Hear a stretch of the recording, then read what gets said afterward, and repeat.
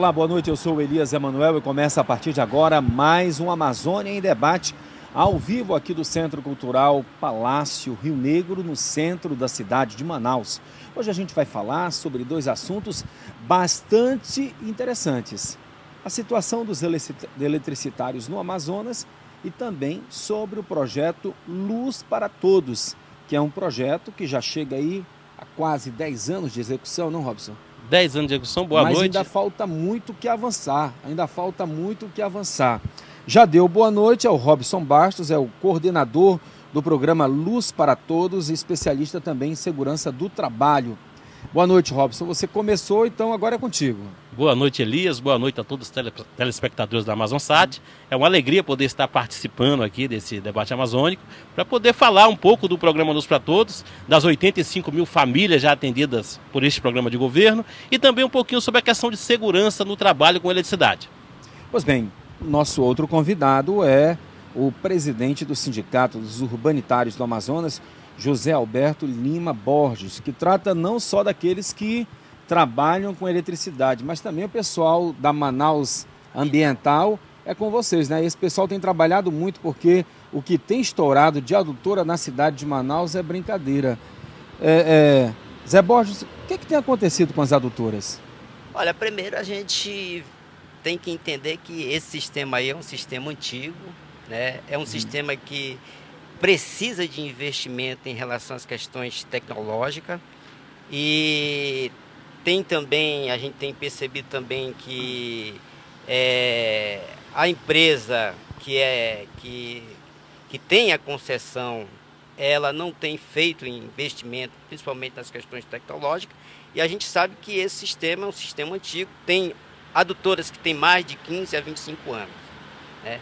E isso nos preocupa, né? Está estourando, né, muitas, né, das adutoras desse sistema antigo. Nós acreditamos que isso vai acontecer constantemente por falta de qualificação da mão de obra, e a gente sabe que essa mão de obra que a empresa utiliza é uma mão de obra também em atividades fins terceirizadas. Isso para nós é preocupante.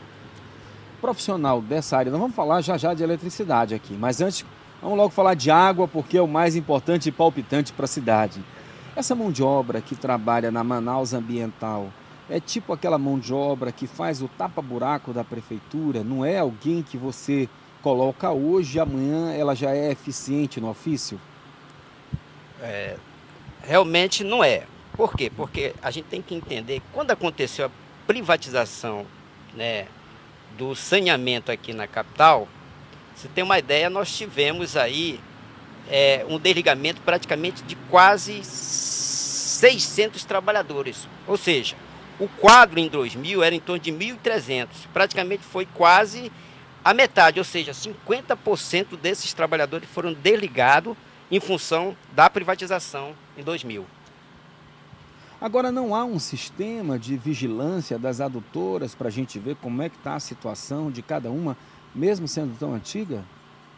Por exemplo, eu já vi programas que tubulação de gasoduto, tem um robô que percorre toda a tubulação do gasoduto, verificando e fazendo uma espécie de radiografia da tubulação. A gente não consegue fazer isso na água? É isso que nós estamos falando em relação à questão dos investimentos tecnológicos, justamente para que a gente possa ter uma radiografia dessas dutoras, principalmente como é que elas se encontram. Que a gente sabe que nós temos problema com a nossa água aqui, a água que abastece a cidade, antes dela ser distribuída, ela passa por sérios tratamentos, que ela é de mais ácida, né? E esse material utilizado é um material que, com o tempo, ele é corroído com os fenômenos físicos em função, né, do estado da água, né? Então, veja bem, o que mais nós temos nos preocupado é que a empresa que tem a concessão é que invista em tecnologia justamente para que nós possamos ter uma radiografia dessas dutoras, porque são dutoras que têm mais de 20 a 30 anos. Pois bem, agora vamos falar do setor eletricitário.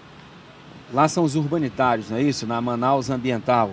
Os eletricitários estão na Amazonas Energia. No mesmo sindicato dos urbanitários. Não, eu sei, mas é o mesmo sindicato. Veja bem, é só para vocês entenderem. Para a gente explicar para o grande público, vamos lá. Dentro dos urbanitários, né, nós acomodamos dois setores estratégicos do país. Um é o setor elétrico e outro é o setor de saneamento, né? Então, quem são essas empresas que fazem parte, né, e que formam os urbanitários do Amazonas, né? É a empresa Manaus Ambiental, é a empresa Eletrobras Amazonas Energia, é a empresa Eletronorte e a empresa Cosama. Que a Cosama, vocês sabem que ela ainda não acabou. Ela apenas privatizou a capital e municipalizou a maioria dos municípios. E com ela se encontra ainda em torno de 11 municípios que ela administra. Pois bem, e a segurança dos eletricitários hoje? É preocupante, né? Nós estamos preocupados. Uma vez eu estava trocando um figurinho com o engenheiro Robson de Bastos, né, em relação a essa situação. Por quê? Porque a gente entende o seguinte, né? Os acidentes ele tem aumentado no setor elétrico. Só para você ter uma ideia, nós temos 80 empresas que fazem parte, né, de todo o país, levando em consideração as empresas privadas e empresas públicas, viu, Robson? Só para vocês entenderem como é que é essa questão. Então, nós temos 80 empresas que trabalham no setor elétrico, né? E aí, a gente tem percebido que a maioria dos acidentes que tem acontecido, tem justamente acontecido naquelas atividades fins da empresa que foram terceirizadas. Isso não quer dizer que não acontece em relação à mão de obra própria. Por quê? Porque a empresa Eletrobras Amazonas Energia, ela tem, de uma certa forma, se preocupado em relação à questão da qualificação desses trabalhadores, no sentido de se evitar a questão, né, do acidente de trabalho. Agora, em relação à mão de obra, nos serviços terceirizados, isso tem acontecido. Só para você ter uma ideia, no ano de 2013, nós tivemos 3 acidentes, né? E o levantamento que o sindicato fez, que nos 3 acidentes que aconteceram, foram justamente na mão de obra contratada, né? E agora, aí, já agora em 2013 ou em 2012? Não, em 2012, porque em 2013 a gente geralmente faz o levantamento, o exercício de 12 meses, né? O ano anterior. Então nós temos aí 2012. 2012 aconteceu 3 acidentes, por incrível que pareça, na mesma empresa que presta serviço à Eletrobras Amazonas Energia. Robson. Na realidade, os dados são muito maiores de acidentes com eletricidade.